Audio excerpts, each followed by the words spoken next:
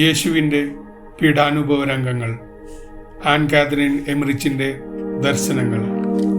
അധ്യായം 8. വിശുദ്ധ കുർബാനയുടെ സ്ഥാപനം. കർത്താവ് ആവശ്യപ്പെട്ടത് അനുസരിച്ച് പ്രധാന പരിചാരകൻ വീണ്ടും മേശ ഒരുക്കി. അത് മുറിയുടെ മധ്യത്തിലേക്ക് കൊണ്ടുവന്ന് അല്പം ഉയർത്തി സ്ഥാപിച്ച ശേഷം ഒരു കുടത്തിൽ വീഞ്ഞും മറ്റൊന്നിൽ വെള്ളവും നിറച്ച് അതിനടിയിൽ വച്ചു. സെറാഫിയയുടെ ഭവനത്തിൽ നിന്ന് കൊണ്ടുവന്ന കാസ എടുത്തുകൊണ്ടുവരുവാനായി പത്രോസും യോഹന്നാനും മുറിയിൽ അടുപ്പ് സ്ഥിതി ചെയ്തിരുന്ന ഭാഗത്തേക്ക് പോയി. ഒരു സക്രാരി കൊണ്ടുവരുന്നത് പോലെ ഇരുവശങ്ങളിലും പിടിച്ച് അവർ അത് ഈശോയുടെ മുമ്പിൽ മേശപ്പുറത്ത് വച്ചു.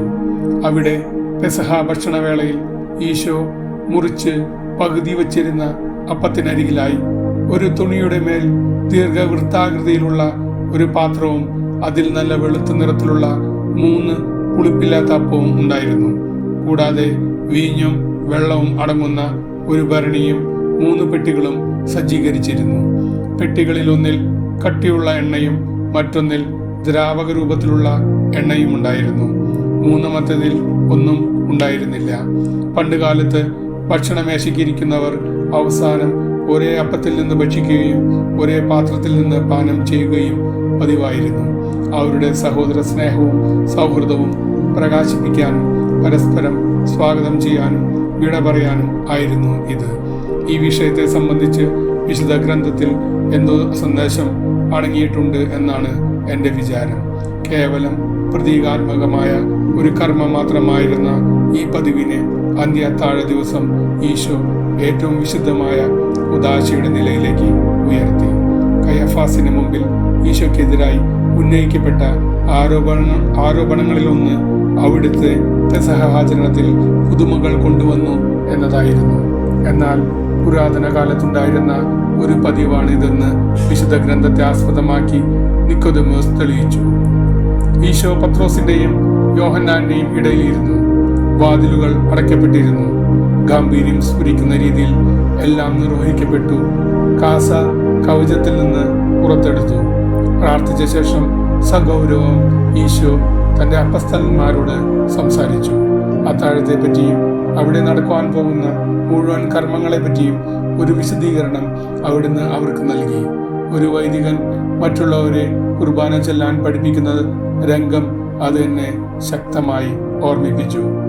ഈശോ ഭരണികൾ വച്ചിരുന്ന പീഠത്തിൽ നിന്ന് ചാലുകളോട് കൂടിയ ഒരു പലകത്തട്ട് വലിച്ചു വെച്ച് കാസ മൂടിയിരുന്ന വെള്ളത്തുണിയെടുത്ത് അതിൻ്റെ മേൽ വിരിച്ചു. അതിനുശേഷം അവിടുന്ന് വൃത്താകൃതിയിലുള്ള ഒരു പാത്രം എടുത്തുയർത്തി കാസയിൽ നിന്ന് അല്പം അകലെയായി അരിത്തട്ടിന്മേൽ വയ്ക്കുന്നത് ഞാൻ കണ്ടു. തുടർന്ന് മൂടി വച്ചിരുന്ന പുളിപ്പില്ലാത്ത അപ്പം എടുത്ത് തനിക്ക് മുമ്പിൽ പീഠത്തിന്മേൽ വച്ചു. പിന്നീട് കാസയുടെ ഉള്ളിൽ നിന്ന് ഒരു ചെറിയ പാത്രം പുറത്തെടുത്ത് അതിന് ഇരുവശങ്ങളിലുമായി കാസയുടെ ഭാഗമായി ഉണ്ടായിരുന്ന 6 ചെറിയ കപ്പുകൾ നിരത്തി. അതിനുശേഷം അവിടുന്ന് അപ്പവും എണ്ണയും ആശീർവദിച്ചു.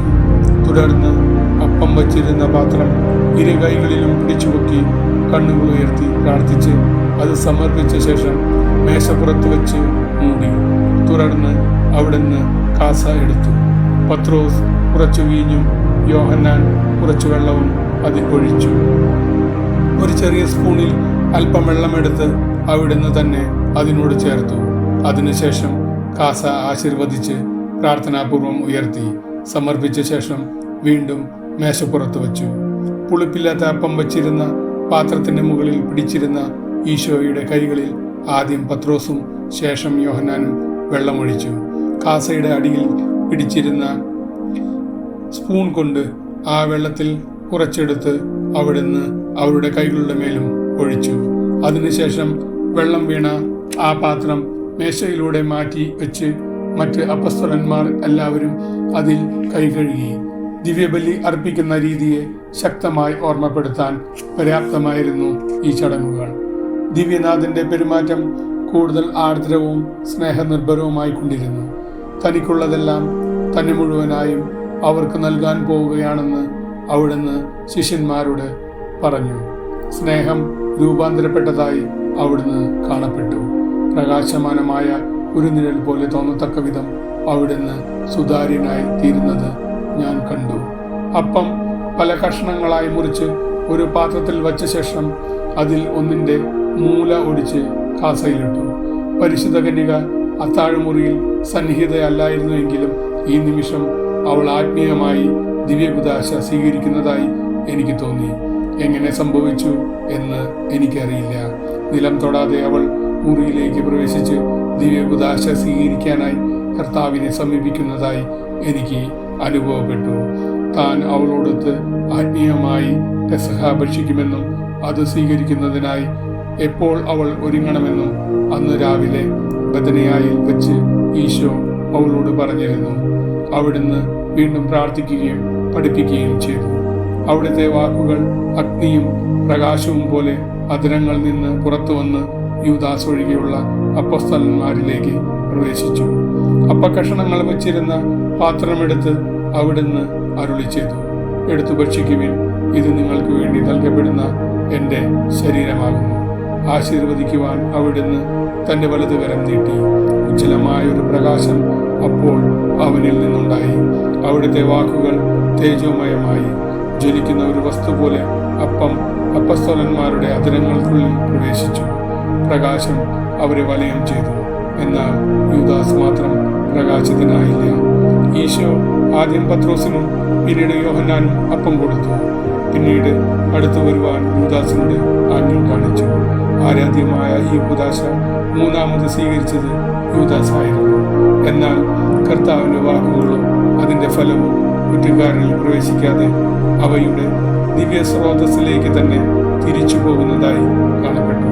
ഈ രംഗം കണ്ടപ്പോൾ എൻ്റെ ആത്മാവ് എത്രയധികം അസ്വസ്ഥമായെന്ന് വിവരിക്കുക സാധ്യമല്ല. ഈശോ അവനോട് പറഞ്ഞു, നീ ചെയ്യുന്നത് വേഗം ചെയ്യുക. തുടർന്ന് അവിടുന്ന് മറ്റ് അപ്പസ്തലന്മാർക്ക് ദിവ്യകുദാശ നൽകി. അവർ ഈ രണ്ടുപേരായി അവിടുത്തെ സമീപിച്ചു. ഈശോ കാസ രണ്ട് കൈപ്പിടികളിലും പിടിച്ച് മുഖത്തോളം ഉയർത്തിയ ശേഷം കുദാശ വചനങ്ങൾ ഉച്ചരിച്ചു. ഇത് ചെയ്യുമ്പോൾ അവിടുന്ന് രൂപാന്തരപ്പെട്ട് സുതാര്യനായി അപ്പസ്തലന്മാർക്ക് താൻ നൽകാനിരിക്കുന്ന വസ്തുവിലേക്ക് പൂർണ്ണമായും പ്രവേശിക്കുന്നത് പോലെ തോന്നി. തന്റെ കയ്യിൽ പിടിച്ചിരുന്ന കാസയിൽ നിന്ന് അവിടുന്ന് പത്രോസിനും യോഹന്നാനും കുടിക്കാൻ കൊടുത്തു. അതിനുശേഷം കാസ വീണ്ടും മേശപ്പുറത്ത് വെച്ചു. യോഹന്നാൻ കാസയിൽ നിന്ന് തിരുരക്തം ചെറിയ കപ്പുകളിലേക്ക് പകർന്നു. പത്രോസ് അത് അപ്പസ്തലന്മാർക്കെല്ലാം കൊടുത്തു. ഒരു കപ്പിൽ നിന്നും ഈ രണ്ടുപേരായി അവർ അത് കുടിച്ചു. യൂദാസും തിരുരക്തത്തിൽ നിന്ന് പങ്കുപറ്റിയെന്ന് എനിക്ക് തോന്നുന്നു. എങ്കിലും എനിക്ക് തീർച്ചയില്ല.